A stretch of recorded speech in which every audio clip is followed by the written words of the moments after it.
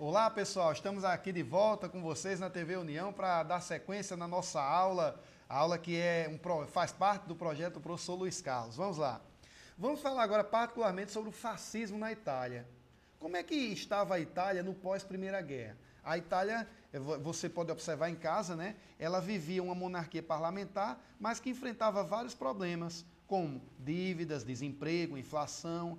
Evidentemente que a Itália não teve aquilo que esperava da Primeira Guerra.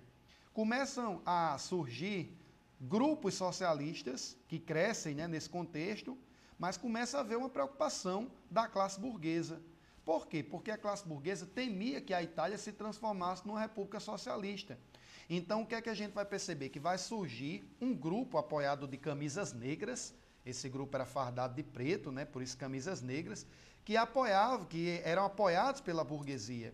E esse grupo é quem vai dar força ao Duce. Quem seria o Duce? Benito Mussolini. Ele é quem vai ser o responsável pelo Tratado de Latrão, que cria o Estado do Vaticano. Ele vai também ser responsável pelo fechamento de partidos, controle das comunicações, vai ter uma ênfase muito grande no nacionalismo extremado, aquela ideia do patriotismo, do ufanismo. Então, ele vai ser, digamos assim, um líder bastante totalitário. Inclusive, vai ser responsável também pela invasão da Etiópia, que a Itália vai querer conquistar a Etiópia em 1936. Já na Alemanha, o totalitarismo lá ele tem uma questão que é bem peculiar. Ele tem a questão do racismo, que é uma característica própria desse nazismo. Como é que a Alemanha se encontrava no pós-Primeira Guerra?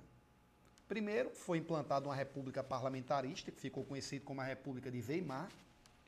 Houve o Tratado de Versalhes, que gerou para a Alemanha uma série de dívidas de guerra. A Alemanha teve, então, a necessidade de reconstrução. E houve também uma grande crise econômica. No primeiro instante, a Alemanha vai até ter uma certa ajuda externa. Mas com a crise em 29 nos Estados Unidos, vai haver cada vez mais o aumento da fome, da miséria, do desemprego. A inflação imensa, chega a 32.000% ao mês. E aí o que é que vai acontecer, pessoal? Começa a surgir com muito mais força os grupos socialistas.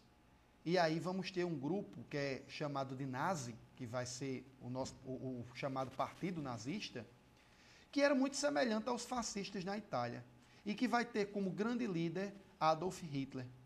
E o que é que esse grupo vai fazer? Vai combater as manifestações de esquerda.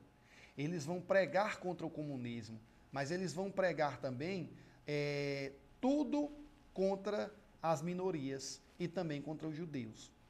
Eles vão criar a SA, Seções de Assalto, que era responsável por perseguições a opositores, que eram conhecidos como camisas pardas.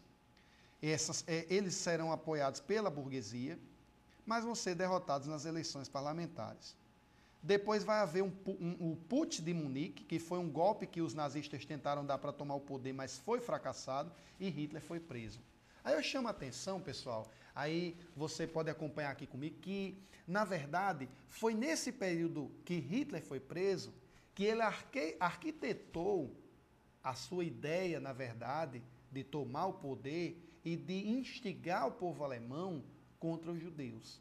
Foi exatamente nessa fase, nessa época da prisão de Hitler, que ele escreve Mein Kampf, Minha Luta, onde ele vai defender princípios básicos do nazismo, onde ele vai defender o antissemitismo, ou seja, a grande perseguição aos judeus.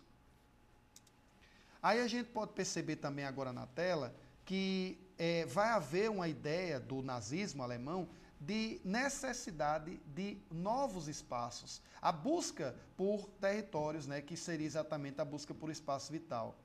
Eles vão pregar muito a ideia de que o povo alemão não pode, não deve aceitar o Tratado de Versalhes e, evidentemente, que a burguesia preocupada, principalmente com a sua situação, percebendo também que dentro da Alemanha tinha muito judeu que estava próspero, né? Estava ganhando dinheiro, inclusive com empréstimos a juros ao próprio burguês alemão, ele começou a aceitar o discurso de Hitler de que ele não deveria aceitar a presença judia dentro da Alemanha. Então começa a haver essa perseguição também aos judeus, com a conivência, sim, da burguesia alemã.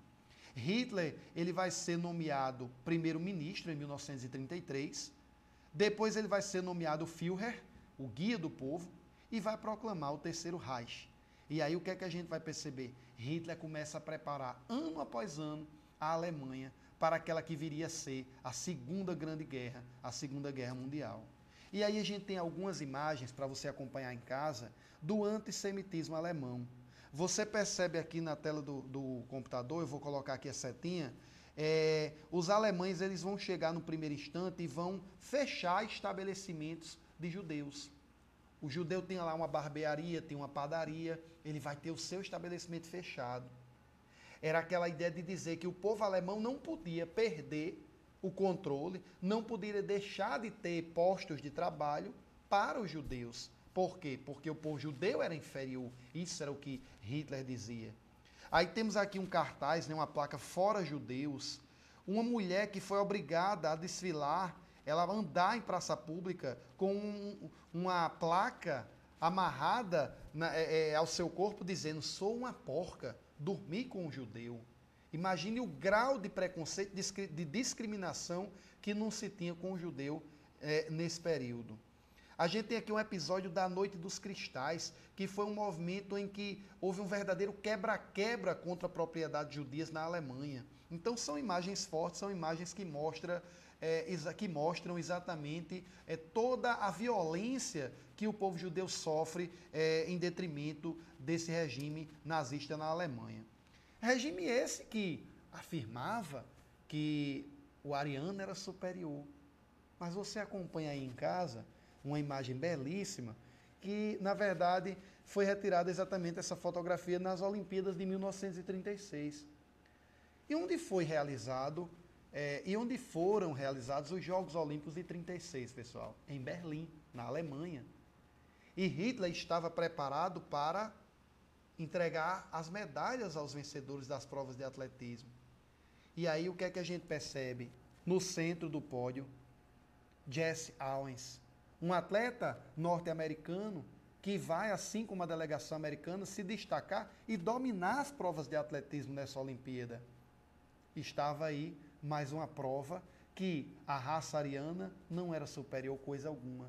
Esse mito do arianismo caía diante de uma questão bem prática, diante do passeio que a equipe americana de atletismo deu na Alemanha. Hitler simplesmente foi embora e se recusou a dar a medalha a Jesse Owens.